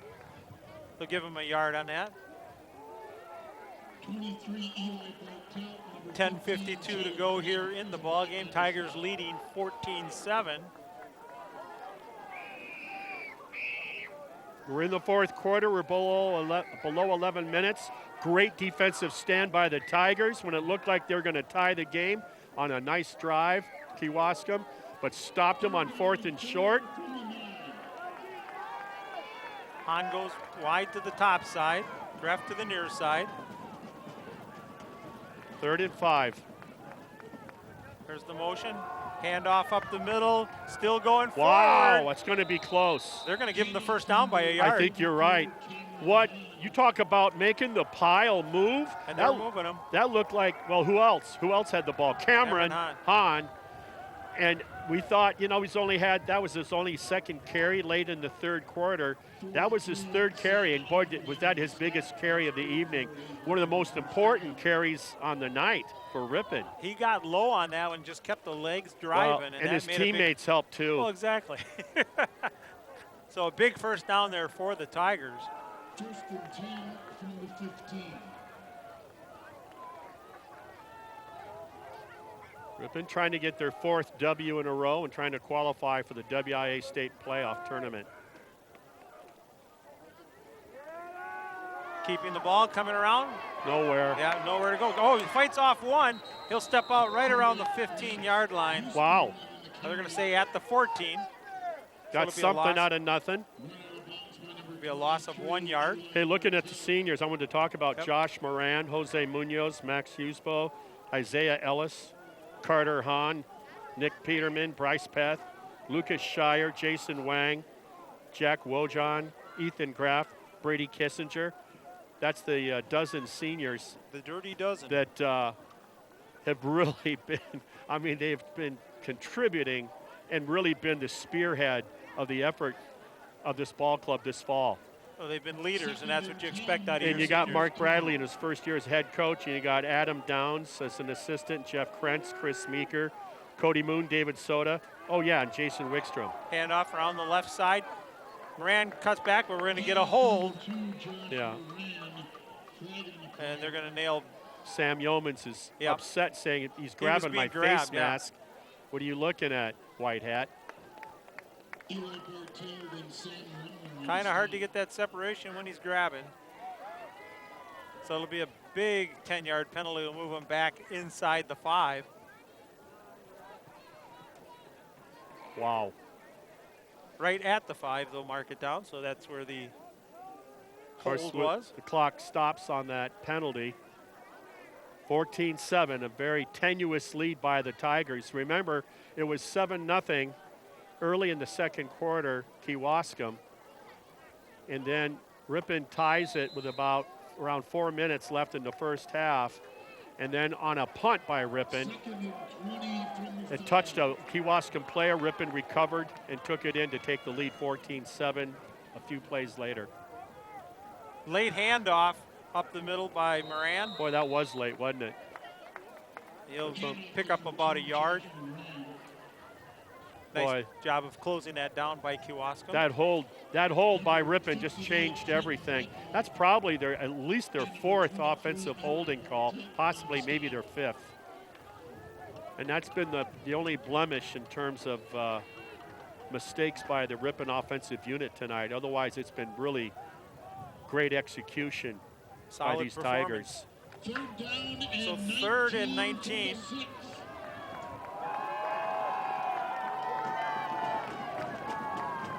Need a bunch here. There's the handoff up the middle.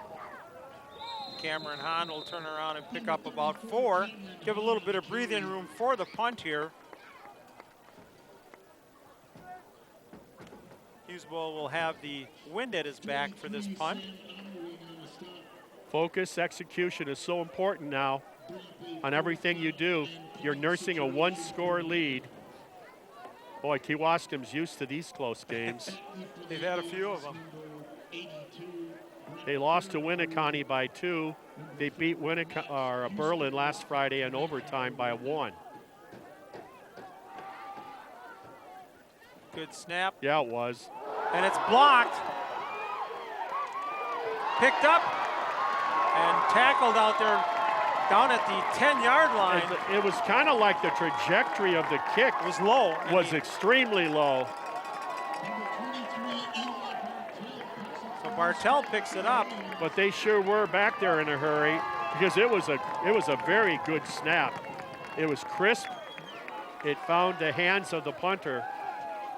But the trajectory of the punt right out of the gate was a very flat, probably about a helmet high punt. I don't know what happened, but Ripon in trouble now. Up the middle. And they'll give him a 2-yard gain on that.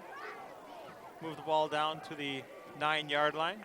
Number 82, Ethan Grafton, stop for Ripon. Clock continues to run, coming down to the 7-minute mark. Indians threatening once again. 2nd and 8 from the 9.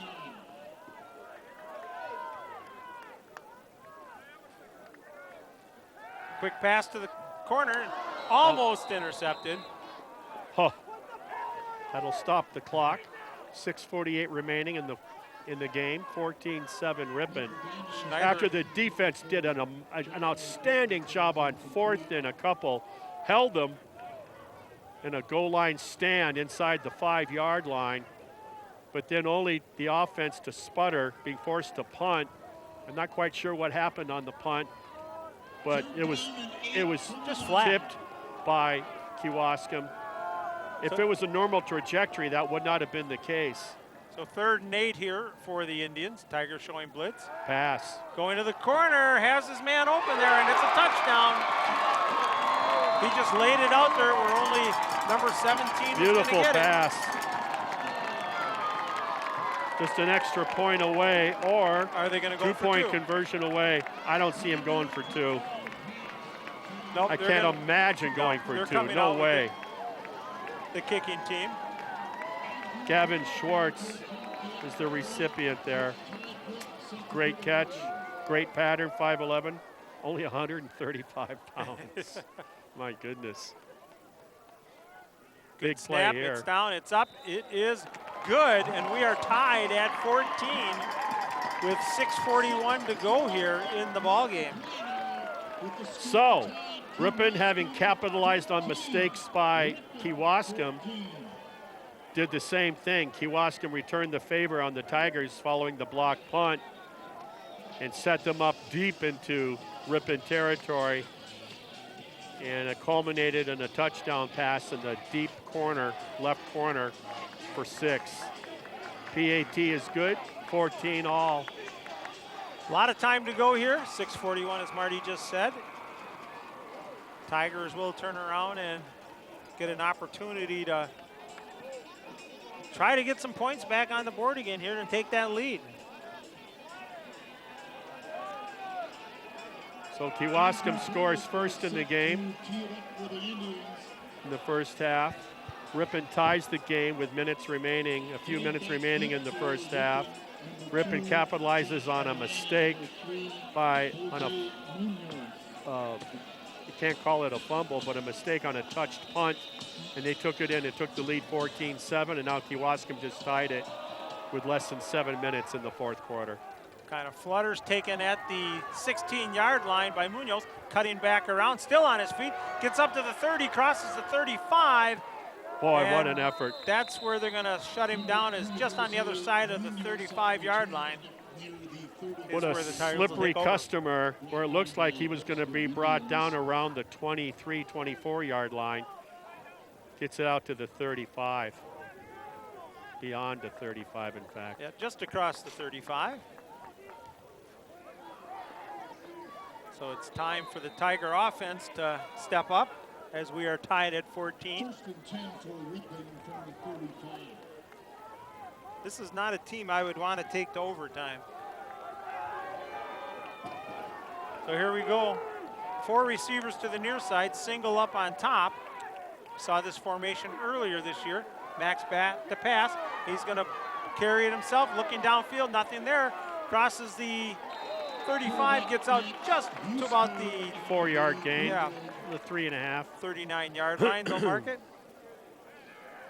He kept looking downfield for someone to pass to, and nobody there. What I'm noticing is the speed on the Kewaskum defense. They close very quickly. And where in other games where Hughesville's been able to be much more effective against slower ball clubs. You earn everything you get and against we have this a penalty defense. holding on the Tigers. So that'll move it back 10 yards. That's got to be the 6th holding against Ripon, I'm going to guess. And that is just a backbreaker. Instead of 2nd and 6. It becomes Oh. 2nd and Oh my. 23. Look First where and they're 23. calling it. Oh. Looking to pass. There's the screen. Got to turn it up quick and pick up about 4 yards. Ripon's in trouble here. They need at least 10 yards here. They've gone to the well on that screen. It's worked for them.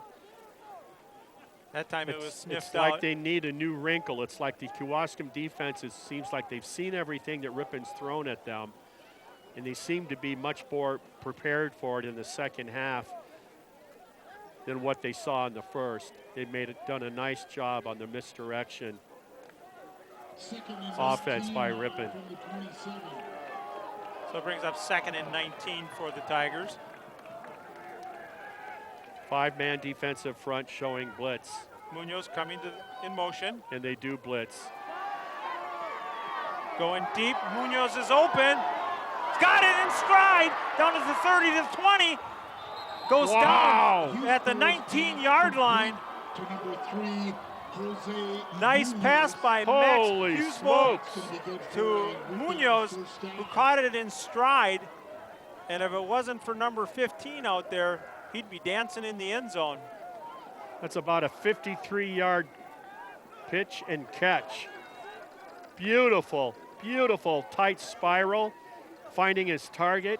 And boy, did Munoz bring that in beautifully. Over the left shoulder. First and 10. So it brings up 1st and 10. Ball is at the 19-yard line. Wow. And no hold. Moran in motion. Keeper. No, that's not working anymore. Yeah. That's not working anymore. There's not enough speed there by Hughesville. They got him. He's running it. He's running flat. He's running parallel to the line of scrimmage almost immediately. And those heat-seeking missile pursuit defenders are right there. Are slicing right through. So a 3-yard loss on that play brings us up 2nd and 13.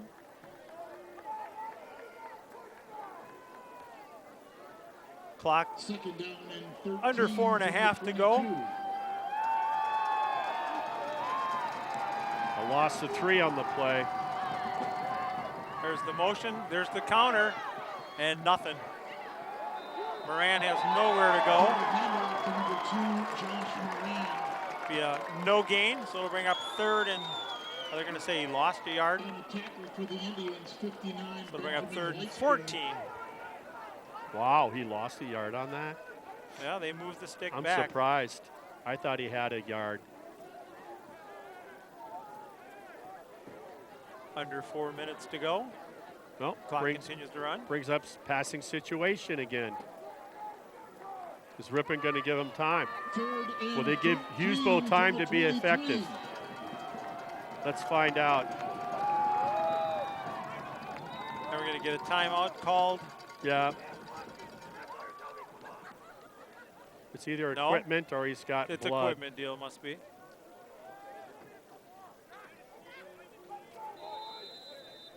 So here we go. No, he's wiping blood off. Max drops back. Quick pass over the middle. And Greff hangs on to it. And he'll move forward and get down to about the 15-yard line. Just inside. Would be about around, what, 4th and 4 kind of thing. It's going to be about 4th and 6. Wow. Let's see where they're spotting that. See that? At the 15. Yeah, he's inside. He should have been inside the 15. Timeout being called by Kewaskum. I could see where that ball was, where he was. Yeah, he was on the other side. And he was on the other side of the 15. So decision time here for the Tiger coaching staff. This officials got to get on their giddy up here and be in position. 2:52 to go here in the ball game. We're tied at 14. Tigers with a 4th and 6 yards. Ball is sitting on the 15-yard line. What a game this has been to be treated to this. If the Tigers were to kick it, it would be a 35-yard field goal attempt.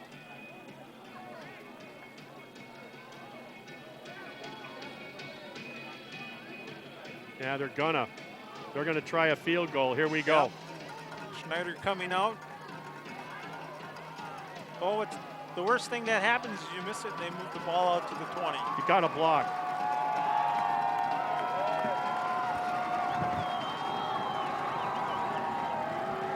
It's no different than a point after. He's got plenty of leg for it based on what we've seen. 32-yard attempt here. It's down. Kick is up and no good. Didn't get underneath it. You know what's interesting is if you just look at it and think of it as a point after, these guys boom those kicks. Right. And try to put a little extra into this. Well, it becomes a mental thing, and you don't have to, because if you got the wind behind you, and if you just kick it like you kick your point after, you got plenty of leg. Well, 1st and 10 ball on the 20 for the Indians now. Now Ripon's goal is to send it into overtime. Certainly keep them away from getting points. Or get a turnover. Below 3 minutes in the game. And we're all tied up. Second man through. Great defense there. Still driving. Picks up about 3 yards. He was first hit right about the line of scrimmage. Might have got a Tiger down. Might have been Lucas Shire that hit him first. And then gang tackling on 27 held him to about a 2.5-yard gain. Official timeout for an injury. So we'll turn around and with that injury, as we say, this is the seniors' final ball game for the Tigers of the conference season. And we'll go through those seniors. Number 2, Josh Moran. His plans after high school is to continue his education, but he's not sure where yet. Number 3, Jose Munoz. He is undecided what he's going to do after, and that's Bryce Peth with that bad ankle getting up there. Bryce Peth, the injured player for Ripon. Max Hughesville is also going on to school, but hasn't committed to where he wants to go.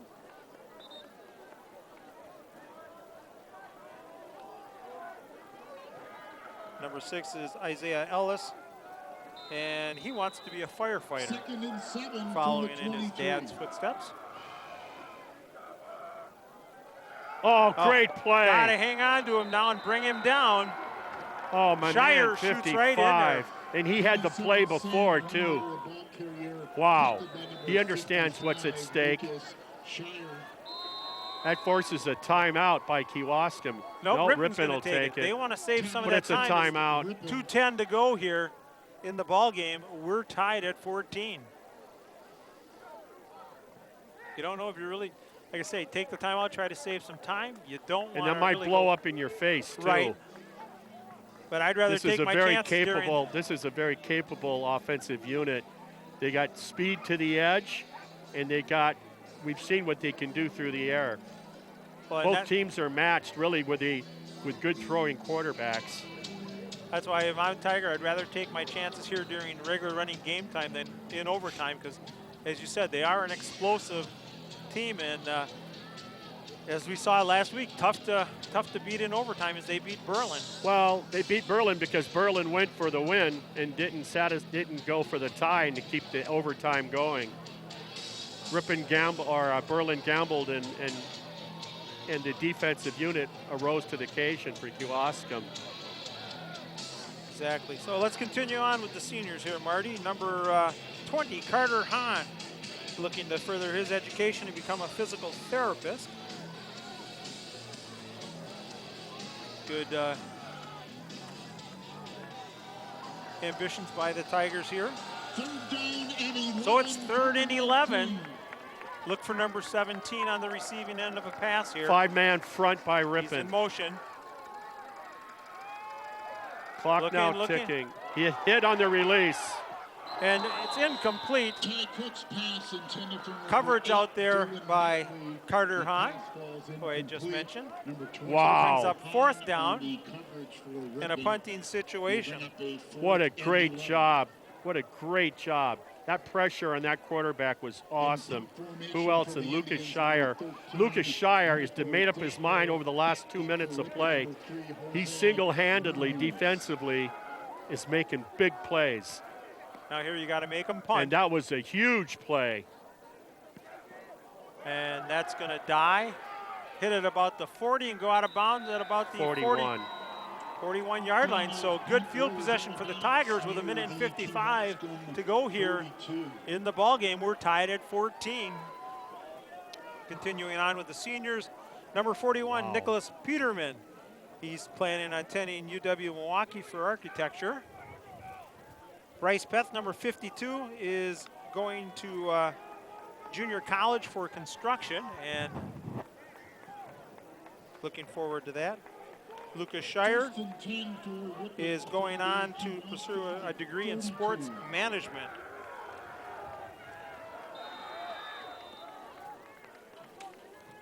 Ball on the 42, they're spotting it. 1st and 10, Ripon. Handoff up the middle. Nothing there. Give him maybe a yard. Yeah. Yard and change, yard and a half. Clock is ticking down to 1:40. It's tied 14-all, 4th quarter, 1:37 remaining and ticking down. Ripon with the ball. They're 41 yards away from coming out with a victory. A victory they desperately need in order to get into the playoffs. So it'll bring up 2nd and 9. Looking to pass. Quick hitter out to the side there to Greff. He'll bring it down at the 35-yard line. You need about 3 yards for a first down. Coming up on a minute. No urgency by the Tigers.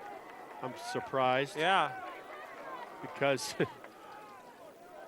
I can't believe that they're taking their time.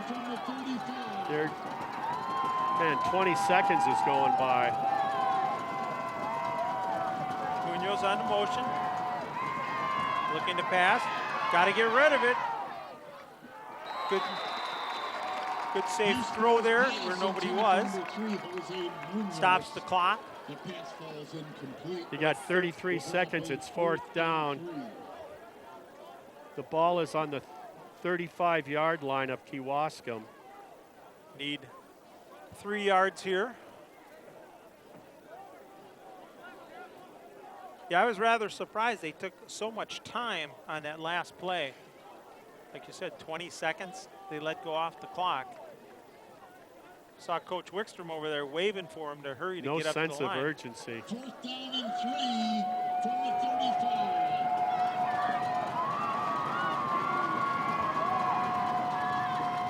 There's that double reverse. This time they're going to get the first down. And what a hit at the end. And we have a Kewaskum player Timeout, getting Ripon. up. Double handoff to number 3. 27 Well, they're not going seconds. to have to use the timeout because there's an injury. Well, Coach Bradley called for a timeout. They'll give it back to him if they decide. The point is the clock has stopped. The ball is now down to the 29-yard line after that double reverse inside.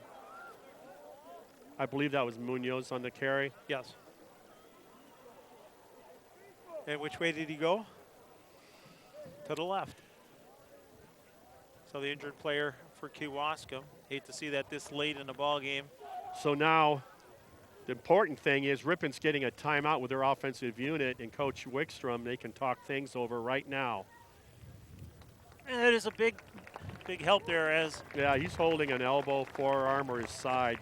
He's in considerable discomfort, as the expression would go. Yeah. Yeah, he's hurting. Here's Ripon now. 1st and 10. Clock Big has thing is started. the clock, though. Yeah. He should be up to that line. Picking it up. There's the pass across the middle. There you Caught go. out there by Munoz. Get out of bounds. Yeah, get out of bounds. Why didn't he go out of bounds? Well, they're He going to use the could've. timeout right away with 12 seconds left. But what a nice play. Great block, because if he doesn't stay in and block, and I think that was Moran, number yeah. 2, and he was outsized on that would-be tackler, going for the sack on the backside. Great execution of the play. Boy, that was nice. Yep. Ball will be positioned at the 14-yard line. They've done that about 4 times tonight, maybe even more, where Hughesbo, the Ripon quarterback, is spying down one side of the field and then quickly pivots for the true intended target, and he throws the strike, and it's just beautiful to watch, whether it be a screen pass or just a simple flat out pattern in that situation to fleet-footed Munoz to get the first down. The timeout by Coach Bradley in Ripon is called with just under 13 seconds left. The game is tied, 14-all, 4th quarter. What a thriller. Ball on the 14. Well, you get a shot for the end zone. If not, then you got to set up for the field goal.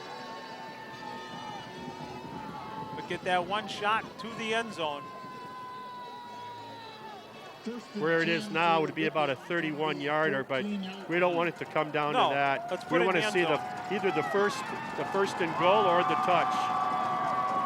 Munoz in motion. Handoff up the middle to Hahn.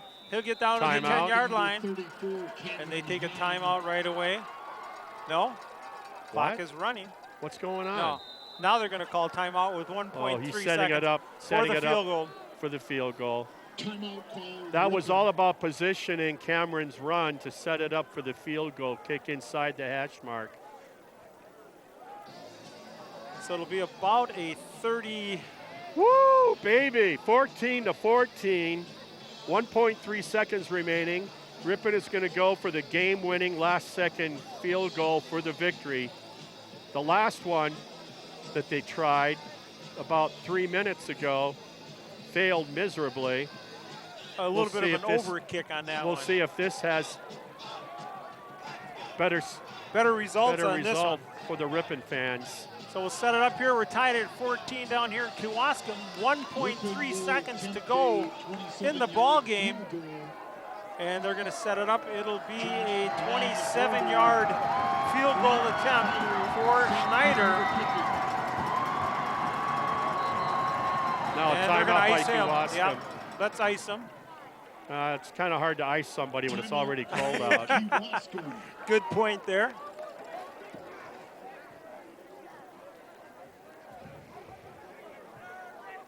But yeah, it's a nail biter here if you can get through your gloves. As doesn't get any more exciting than this, Marty.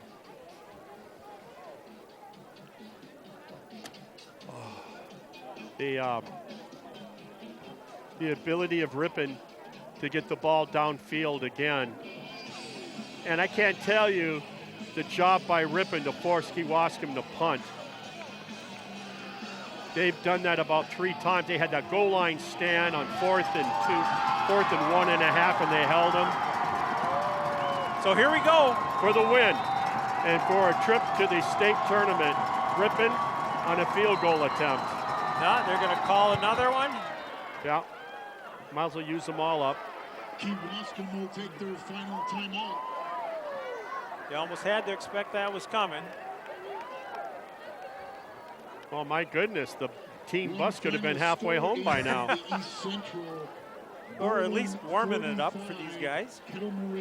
Regardless of what happens here, if it goes to overtime or Ripon comes out with the win, I can't tell you what a wonderful effort this has been in the second half of the conference season by Ripon, headed up by first-year coach Mark Bradley, and the way that these senior-led Tigers have answered the bell down the stretch of conference play and have put themselves in a position to win the ball game. To upset Kewaskum in their house. And they're going to move that a little bit more for the kicker. Moran talking to Schneider, the holder to the kicker, waiting for the snap. So here it comes down. All about a right foot. It's up. I think it's good. It's good! The Tigers win on a last-second field goal. Oh, my! 27-yard field goal by Schneider, and the Tigers are going nuts. Oh, my goodness. So, what's good for the goose is good for the gander. A week ago tonight, Kewaskum defeats Berlin in Berlin in an upset, 36-35. Ripon gets off the bus tonight in Kewaskum, needing desperately a win to qualify for the playoffs. And 1.3 seconds left, a 27-yard field goal by Grant Schneider, one of those super seniors we're talking about. And, of course, the hold was by another senior, Josh Moran. And, hey, you wouldn't want that ball in any better hands. No, and by golly, he delivers with no time remaining on the clock. Kewaskum is stunned. The crowd is right below us. And they're definitely It's quiet. It's like they're going to the funeral. My goodness. But, hey, the Tigers are going to the playoffs. Yeah. That's the more important thing here. My goodness. What a great way to cap off the Ripon Channel coverage of the 2019 season of the Ripon Tiger football program. And these guys are just eating it up, and they should. This is what football is supposed to be about. And let's give credit to this coaching staff for staying with these players and getting them to believe in what they were trying to get them to do early in the season. And like you said, in the second half, the turnaround came around. Well, the big wins are the 2 road wins. I mean, they won 4 in a row, but let's face it, Kettle Moraine Lutheran and Waupun, mothers of the Sisters of the Poor, we're going to take them. But to go into Winneconne's homecoming and come out with a win. That was huge. And to come in tonight into Kewaskum, a quality team, tied for second place in the conference, and knock them out in their own house, 17-14, after trailing 7-0. Holy smokes! That really set the tone for the Tigers, attitude-wise. And as you can see down on the field, they are just excited and turning around, and they know they're going to play another week, and that's the important thing. Yeah. So. Our cameraman, Chris, great job this season. Yep. Welcome aboard. He drives down from the Fox Valley too, just so you know. It's not like he's lives right in Hooterville with you and me. No, he lives up in that little town in Neenah, wherever that is. Not really sure where the heck Neenah is. But he's done a great job for us. Super job for us. And next time we hear about him, it'll be during the round ball season. That's right. And we got our other cameraman down on the field, Casey Hansen, as he's enjoying that celebration with the Tigers down there. Well, Marty, for you, it's been a great season for us once again. It's been a fun one when you start out 0-5. And you're going, oh, my God. And then you go 4-0, all in conference, the games that really mattered, to go 4-3 overall in conference and qualify for the state tournament. Congratulations to the Ripon Tigers. First-year head coach Mark Bradley and his very staff. capable staff. Definitely. So it's been a great season here on the Ripon Channel. We look forward to catching you all in the basketball and wrestling season. And Tigers get into the playoffs with a last-second field goal, winning it 17-14 here in Kewaskum. For Marty Ernzer on color, I'm Howard Hansen. We want to thank Casey and Chris on the cameras. We want to wish you all in Tigerland a good night.